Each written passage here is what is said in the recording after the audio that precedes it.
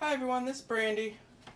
So one of the benefits of homeschooling, I guess it's a benefit and a curse, is that when your kids get a subject that they're stuck on, on the plus side, you can just roll with it.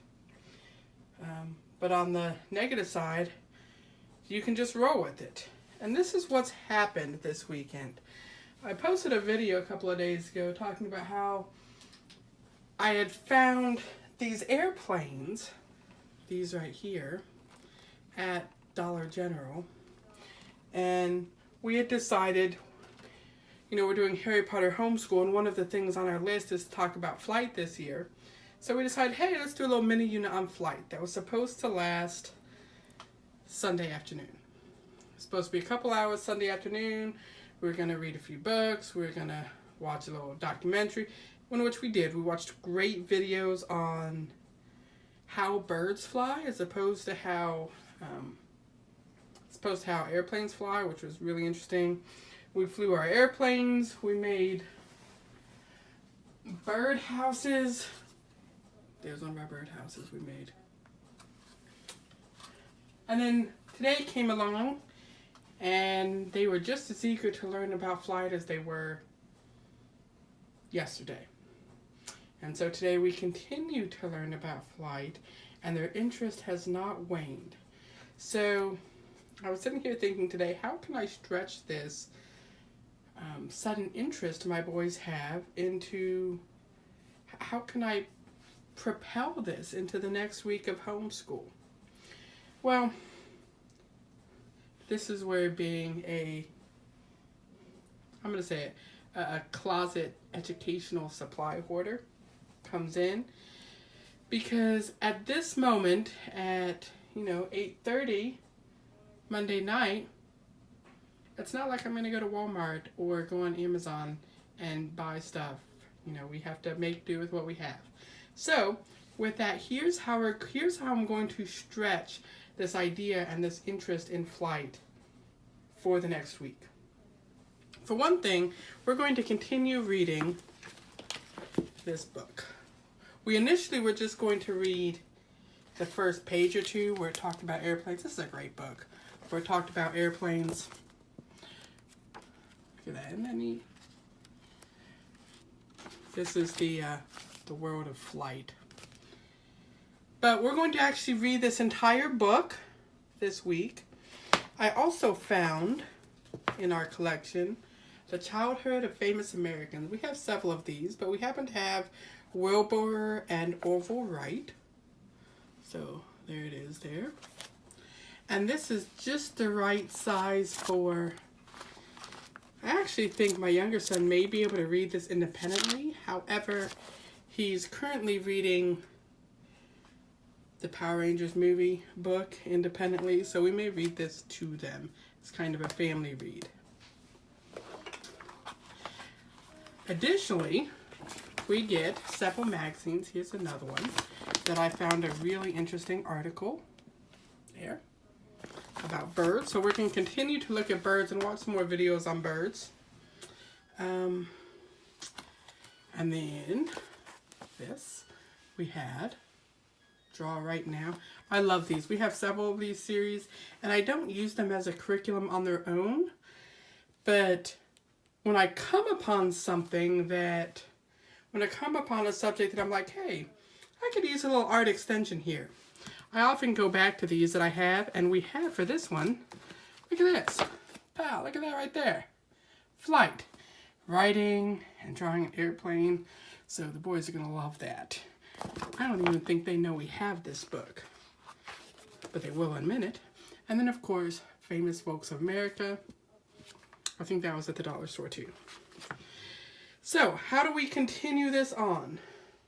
We're going to talk about, before I continue, I often use, we have the timeline, and we have many of these types of books. We have the Usborne, we have Kingfisher, we have several of those types of books, and it's always interesting to me what is included and what is left out of a history text. And so many times, this is why we have so many books, because so many times will think a history text would include that subject, and it just doesn't. It's just missing.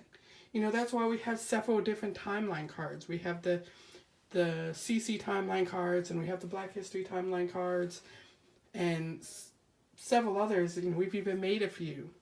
Because every time I think it's complete, I find something that I'm like, really? It should be in there. It should be in there, but it's not. So, there's no Wright Brothers in the Osborne Encyclopedia of World History. We might have to pencil that in. But, how are we going to expand this? Well, they're loving this. We got this a couple of weeks ago. And we were talking about today how rockets are structured and airplanes, and talking about the different shapes. So I think we're going to use some of these and make rockets out of these and kind of extend it into math. But here's the real interesting thing I think we're going to do. I said all that to say this. We're going to extend flight by talking about time zones. Now, my younger son right now is learning to read an analog clock. And this was one of our new we do a lot through kinetic learning. This is one of our new manipulatives we just got. The time and activity set by Learning Resources. And, you know, let me just do this. This is great. We played with this for like an hour today. My favorite part, we has that, of this whole thing are these. They are dice. So you roll the dice, and whatever time, then you put on a clock. Isn't that great? But we're going to use this to talk about, with my older son, to talk about time zones. And we have a map. I'm going to get Goofy out of there. We have an atlas, and we have a globe here. So we're going to talk about airplanes as it relates to travel and time zones. And I think we're going to build little model airplanes, and not model airplanes, that's the wrong word. By model, you know, I mean Play-Doh.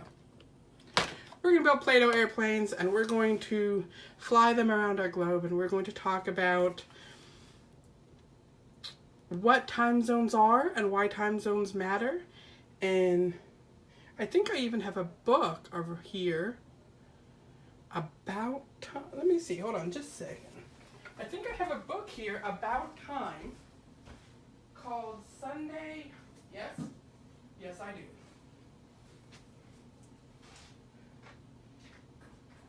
You wouldn't want to live without.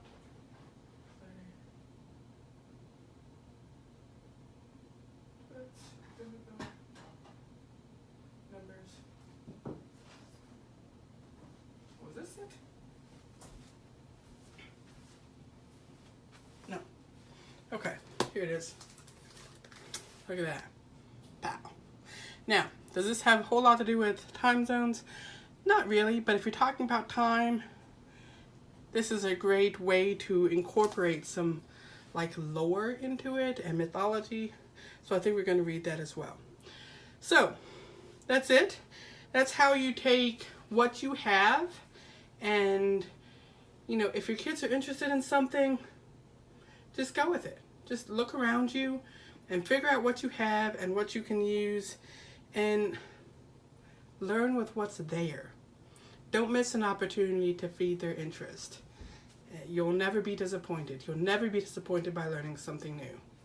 So with that, I'll see you later.